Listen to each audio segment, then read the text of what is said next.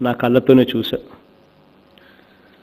రైతులను అన్ని రకాలుగా ఆదుకునే దానికోసం ఏమేం చెయ్యాలి అనే దృక్పథంతోనే, మనసు నిండా ఆ ఆలోచనలతోనే అడుగులు ముందుకు వేశాం.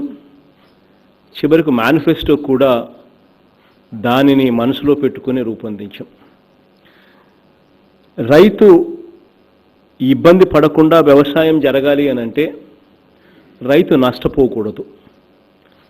ఇది ప్రధానమైన అంశం. రైతుకు నష్టం జరగకుండా, రైతు లాభపడేలా వ్యవసాయాన్ని ఎలా తీర్చిదిద్దాలి అన్న ఒకే ఒక్క ఆలోచనతోనే ఆలోచనలు ముందుకు వెళ్ళాయి. మేనిఫెస్టో రూపకల్పన కూడా జరిగింది.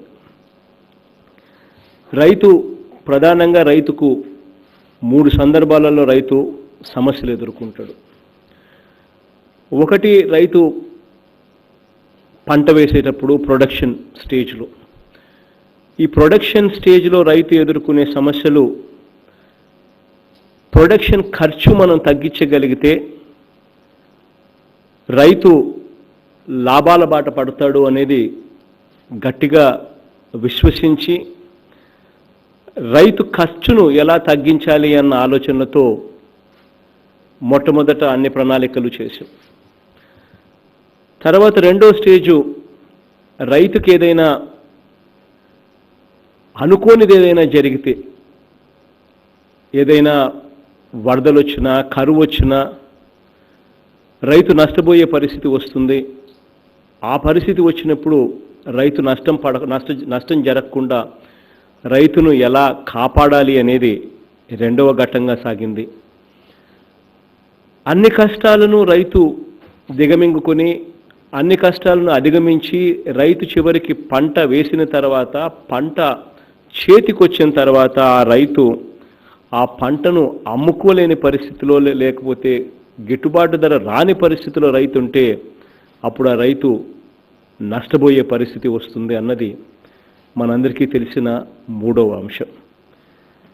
ఈ 3 అంశాలను అధిగమిస్తేనే వ్యవసాయం అన్నది ఒక పండుగగా, రైతన్నవాడు లాభాలలో వ్యవసాయం చేసుకునే పరిస్థితి అనేది ఉంటుంది. ఈ 3టిని ఎలా అధిగమించాలి అనే ఆలోచనతోనే ప్రతి కదలిక, మన ప్రభుత్వం అధికారంలోకి వచ్చిన తర్వాత ప్రతి కదలిక సాగింది. మొట్టమొదటిగా రైతును పంట వేసేటప్పుడు రైతును ఎలా తోడుగా ఉండాలి అనే మొట్టమొదటి అడుగులు పడ్డాయి. రాష్ట్రంలో చూస్తే దాదాపుగా 50% మంది రైతులకు 1/2 హెక్టార్ లోపు ఉన్న రైతులే. అంటే 50% మంది రైతులకు ఉన్న విస్తీర్ణం నా కళ్ళతోనే చూశా. రైతులను అన్ని రకాలుగా ఆదుకునే దానికోసం ఏమేం చెయ్యాలి అనే దృక్పథంతోనే, మనసు నిండా ఆ ఆలోచనలతోనే అడుగులు ముందుకు వేశాం. చివరికి మేనిఫెస్టో కూడా దానిని మనసులో పెట్టుకుని రూపొందించాం. రైతు ఇబ్బంది పడకుండా వ్యవసాయం జరగాలి అనంటే రైతు నష్టపోకూడదు. ఇది ప్రధానమైన అంశం. రైతుకు నష్టం జరగకుండా, రైతు లాభపడేలా వ్యవసాయాన్ని ఎలా తీర్చిదిద్దాలి అన్న ఒకే ఒక్క ఆలోచనతోనే ఆలోచనలు ముందుకు వెళ్ళాయి. మేనిఫెస్టో రూపకల్పన కూడా జరిగింది. ప్రధానంగా రైతుకు 3 సందర్భాలలో రైతు సమస్యలు ఎదుర్కొంటాడు. ఒకటి, రైతు పంట వేసేటప్పుడు ప్రొడక్షన్ స్టేజ్లో. ఈ ప్రొడక్షన్ స్టేజ్లో రైతు ఎదుర్కొనే సమస్యలు, ప్రొడక్షన్ ఖర్చు మనం తగ్గించగలిగితే రైతు లాభాల బాట పడతాడు అనేది గట్టిగా విశ్వసించి, రైతు ఖర్చును ఎలా తగ్గించాలి అన్న ఆలోచనలతో మొట్టమొదట అన్ని ప్రణాళికలు చేశాం. తర్వాత రెండో స్టేజు, రైతుకి ఏదైనా అనుకోనిది ఏదైనా జరిగితే, ఏదైనా వరదలు వచ్చినా, కరువు వచ్చినా రైతు నష్టపోయే పరిస్థితి వస్తుంది. ఆ పరిస్థితి వచ్చినప్పుడు రైతు నష్టం జరగకుండా రైతును ఎలా కాపాడాలి అనేది రెండవ ఘట్టంగా సాగింది. అన్ని కష్టాలను రైతు దిగమింగుకొని అన్ని కష్టాలను అధిగమించి రైతు చివరికి పంట వేసిన తర్వాత పంట చేతికొచ్చిన తర్వాత ఆ రైతు ఆ పంటను అమ్ముకోలేని పరిస్థితిలో లేకపోతే గిట్టుబాటు ధర రాని పరిస్థితిలో రైతు ఉంటే అప్పుడు ఆ రైతు నష్టపోయే పరిస్థితి వస్తుంది అన్నది మనందరికీ తెలిసిన మూడవ అంశం.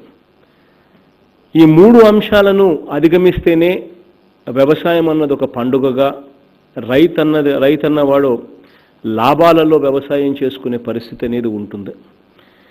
ఈ మూడునిటిని ఎలా అధిగమించాలి అనే ఆలోచనతోనే ప్రతి కదలిక మన ప్రభుత్వం అధికారంలోకి వచ్చిన తర్వాత ప్రతి కదలిక సాగింది.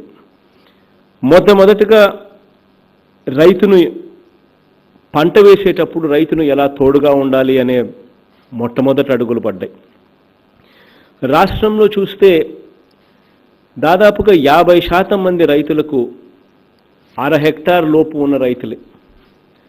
అంటే 50% మంది రైతులకు ఉన్న విస్తీర్ణం ఎంత, భూమి విస్తీర్ణం ఎంత అని అంటే వాళ్ళకున్న భూమి 1.25 ఎకరాల లోపే.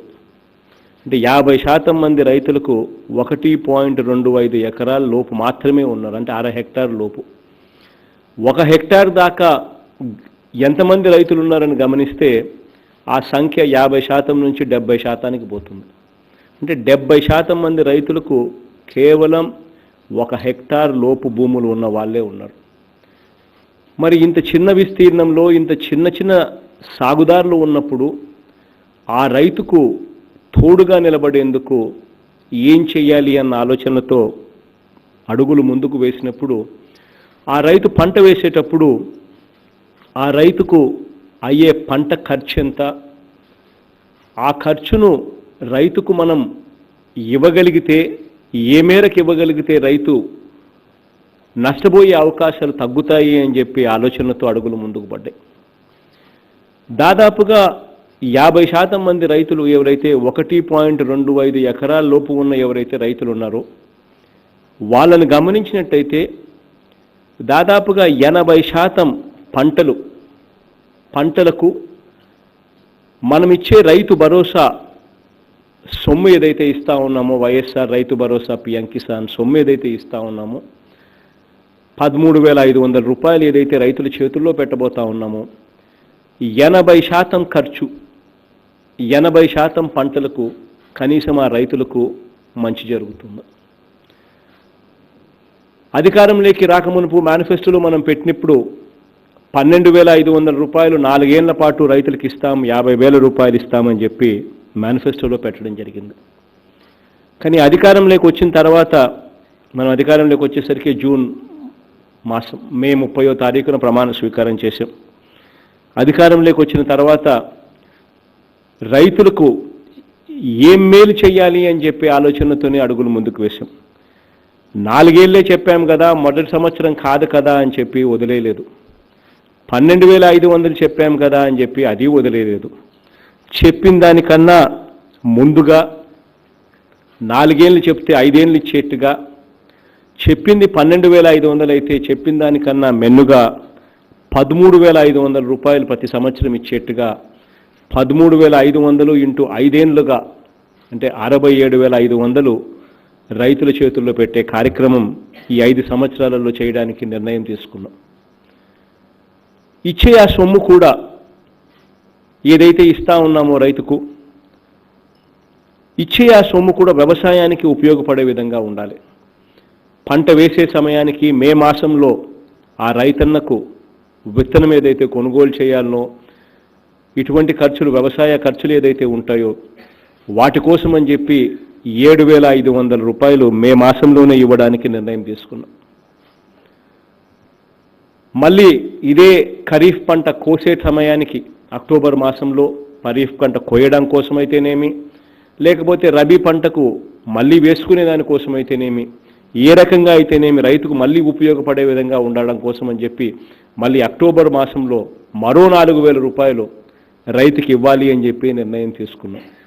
ఆ తర్వాత ధాన్యం ఇంటికి చేరే వేళ రైతుల పండగ సంక్రాంతి సందర్భంగా మరో 2,000 రూపాయలు రైతులకు ఇచ్చేట్టుగా కార్యాచరణ చేశాం.